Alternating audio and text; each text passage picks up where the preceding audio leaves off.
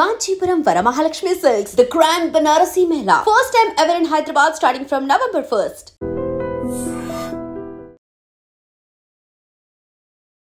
నమస్కారం, welcome to I dream. నేను మీ సంగీత.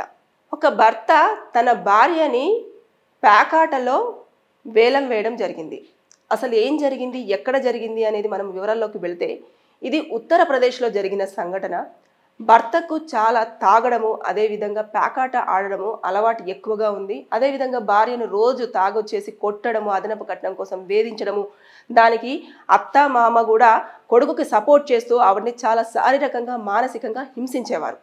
అయితే ఒకరోజు ప్యాకాట ఆడుతున్నప్పుడు భర్త దగ్గర ఉన్న డబ్బులు అయిపోవడంతో అతను నా భార్యను వేలం వేస్తున్నాను, ఎవరు ఎంతకు పాడుకుంటే అంతకు పాడుకోండి అని చెప్పేసి ఓపెన్గా పెట్టడం జరిగింది. పెట్టిన తర్వాత ఒక 8 మంది వరకు కూడా ఆ వేలంలో పాడడం జరిగింది. పాడిన తర్వాత అతను ఆ గేమ్లో కూడా పూర్తిగా ఓడిపోయాడు. ఆ ప్యాకెట్లో అతను ఓడిపోయిన తర్వాత ఇమీడియట్గా 8 మంది కూడా తన భార్య ఇంటికి బలవంతంగా వచ్చేసి ఆమె పైన అత్యాచారం చేయడం జరిగింది. ఇమీడియట్గా ఆవిడ దగ్గరలోని పోలీస్ స్టేషన్కి పరిగెత్తుకుంటూ వెళ్ళేసి, ఇలా నా పైన 8 మంది, నా భర్త ఇలా నన్ను ప్యాకాడుతూ వేలం వేయడం జరిగింది, వారు వచ్చేసి నన్ను అత్యాచారం చేశారు, ఇందులో మా అత్త మామ కూడా సపోర్ట్ చేశారు అని చెప్పేసి వాళ్ళందరి మీద కూడా కేసు ఫైల్ చేయడం జరిగింది. ఇక్కడ చూసేసుకుంటే వీరందరికీ కూడా పనిష్మెంట్ పడే అవకాశాలు ఉంటాయి. చట్టము దీన్ని చాలా వరకు హ్యూమన్ ట్రాఫికింగ్ కూడా ఇది క్యాలిక్యులేషన్ చేయడం జరుగుతుంది. అంటే క్రూరత్వంగా బిహేవ్ చేయడం, అదేవిధంగా ఆవిడ కన్సర్న్ లేకుండా ఆవిడ వేలం వేయడం, ఆవిడ ఏమైనా వస్తువా కాదు కదా, మనిషి కదా, మనిషిని అలా నిలబెట్టేసి ఆవిడకు తెలియకుండా ఇంతకు పాడుకుంటారో అంతకు పాడుకోండి అని చెప్పేసి అనడమే కాకుండా అక్కడ అత్యాచారానికి కూడా బలైపోయింది ఆవిడ. జూదంలో భర్త ఓడిపోగానే ఇమీడియట్గా 8 మంది ఇంటికి రావడము, ఆవిడ మీద అఘాయిత్యానికి పాల్పడము అలా జరిగింది. కాబట్టి వారందరూ కూడా శిక్షార్హులే.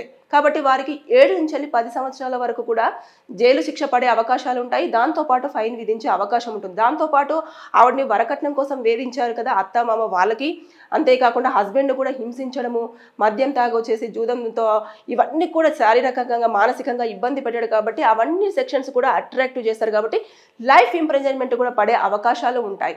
ఇక్కడ చూసేసుకుంటే మహిళకు అగౌరవం కలిగింది, అంటే రెస్పెక్ట్ ఇవ్వలేదు ఆవిడ యొక్క ఒపీనియన్స్కి. దాంతోపాటు ఆవిడ యొక్క రెస్పెక్ట్ అంతా కూడా భంగం చేయడం జరిగింది.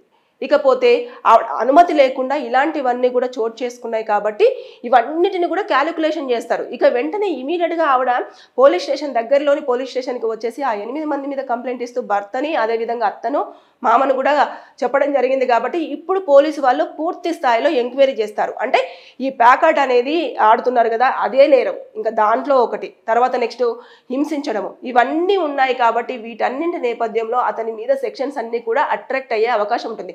అంటే ప్రాథమికంగా వారు ఏదైతే ఈ అమ్మాయి చెప్తుందో దాని ప్రకారంగా కొన్ని సెక్షన్స్ అట్రాక్టివ్ చేస్తారు. ఎప్పుడైతే పోలీసులు ఎంక్వైరీ చేసిన తర్వాత వారికి వస్తున్న ఇన్ఫర్మేషన్ బట్టేసి కొన్ని సెక్షన్స్ యాడ్ అవుతాయి. ఇకపోతే ఎప్పుడైతే షార్ట్ షీట్ అనేది ప్రిపేర్ చేస్తారో దాంట్లో ఫైనల్గా కొన్ని సెక్షన్స్ని పెట్టేసి ఎలాంటి సెక్షన్స్ అన్ని అట్రాక్ట్ అవుతాయి అనేది ఫుల్ ఫ్లెడ్జ్డ్గా ఇచ్చింది మాత్రం ఇంకా అది ఫైనల్ రిపోర్ట్ కింద అవుతుంది. కాబట్టి అది కోర్టులో సబ్మిట్ చేస్తారు. కాబట్టి ఇక అప్పుడు ఏ సెక్షన్స్ అయితే అప్లికేబుల్ అవుతాయో ఆ సెక్షన్స్ ప్రకారంగా తీర్పు అనేది రావడం జరుగుతుంది. వారికి తప్పు చేయకపోతేనేమో వారు ఎవిడెన్స్ సబ్మిట్ చేసుకోవాలి. తప్పు చేస్తే మాత్రం ఖచ్చితంగా పనిష్మెంట్ పడే అవకాశాలు ఉంటాయి. ఇలాంటి కేసులలో మాత్రం ఖచ్చితంగా ఇలా జరిగే అవకాశం ఉంటుంది. అంటే డబ్బు కోసము మనిషి ఎంత పని చేస్తున్నాడు అనేది మనం అసలు ఊహకు కూడా అందట్లేదు. భార్య తనను నమ్మి జీవితంలో నీకు తోడుగా ఉంటాను, నీ కుటుంబాన్ని నేను చూసుకుంటాను అని చెప్పేసి వచ్చిన మహిళను ఆవిడ యొక్క కుటుంబ పరిస్థితి బాగాలేకపోవడం వల్ల ఇతను ఎంత హింసించినా సరే ఇతని దగ్గర ఉంటూ కాపురం చేసుకుంటున్న భార్యను ఎవడికో వేలం వేసి పాడుకోండి మీకు ఇష్టం వచ్చినట్టుగా, నా భార్య మీ స్వంతం అని చెప్పేసి అన్నట్టుగా జూదంలో వేలం వేయడం అంటే అసలు ఏ రకంగా మనం మాట్లాడుకున్నా కూడా అసలు మానవ సంబంధాలు ఏమవుతున్నాయి అనేది అయితే మనం అసలు ఒక అంచనా కూడా రాలేకపోతున్నాం. కాబట్టి ఇలాంటివన్నీ చోటు చేసుకుంటున్నాయి. కాబట్టి చట్టాలు కూడా చాలా కఠినంగా మారుతున్నాయి. పనిష్మెంట్స్ అనేవి కూడా ఇమీడియట్గా రావడం జరుగుతుంది. కొన్ని ఏళ్ల పాటు అనేది ఈ మధ్యకాలంలో ఉండట్లేదు. ఇమీడియట్గా ఒక 1 year 2 yearsలోనే ఖచ్చితంగా పనిష్మెంట్ అనేది పడిపోయే అవకాశాలు కనిపిస్తూ ఉన్నాయి. కాబట్టి ఇక్కడ చూసేసుకుంటే వీరికి కూడా శిక్ష పడిందనుకో లైఫ్ ఇంప్రిజన్మెంట్, అంటే జీవిత ఖైదు, యావజ్జీవ కారాగార శిక్ష పడే అవకాశాలు ఉంటాయి. ఇంకా వాళ్ళు జైలు నుంచి బయటకు వచ్చే అవకాశాలు కూడా ఉండవు. ఇక్కడ అత్త కూడా ఆడమ్మాయే అయినా సరే ఇక్కడ కోడల్ని ఇంత ఇబ్బంది పెడుతున్నా సరే సపోర్ట్ చేసి కొడుకుకి సపోర్ట్ చేస్తూ నా కొడుకుని ఇలా అంటావా అలా అంటావా అని చెప్పేసి కోడల్నే హింసించడం తప్పించి ఇలా చేయడం అనేది చాలా వరకు ఇప్పటికీ కొన్ని ప్లేసెస్లలో ఇలా జరుగుతుంది. కాబట్టే చట్టాలు అనేవి ఎప్పటికప్పుడు కొత్తగా జడ్జిమెంట్స్ ఇస్తూనే, వారికి పనిష్మెంట్స్ ఇస్తూనే తీర్పులు అనేవి తొందరగా వెలువరచడం అనేది జరుగుతూ వస్తుంది. కాబట్టి దయచేసి ఎప్పుడైనా సరే ఇలాంటివి చోటు చేసుకుంటున్నప్పుడు తెలిసినా సరే, మీ దృష్టిలో ఉన్నా సరే పోలీసులకు ఇన్ఫర్మేషన్ ఇవ్వండి, వారిని కాపాడిన వారు అవుతారు. ఇది చూస్తే మాత్రం నిజంగానే చాలా హృదయ విదారకము. భార్యను తీసుకెళ్లి వేలం వేయడం అనేది అసలు మనం ఇంకా మాటల్లో చెప్పుకోలేం. ఏదేమైనా సరే వారిని అయితే పోలీసులు అరెస్ట్ చేయడం జరిగింది. ఖచ్చితంగా వారికి శిక్ష అయితే పడడం ఖాయం. Thank you. నిజంగా ప్రస్తుతం ఉన్నటువంటి సమాజం దేనికి ప్రయారిటీ ఇస్తుంది? ఆర్థిక సంబంధాల చుట్టూ మాత్రమే తిరుగుతుంది. మళ్ళీ ఎన్నికలంగానే చాలా విరక్తి కలుగుతాం.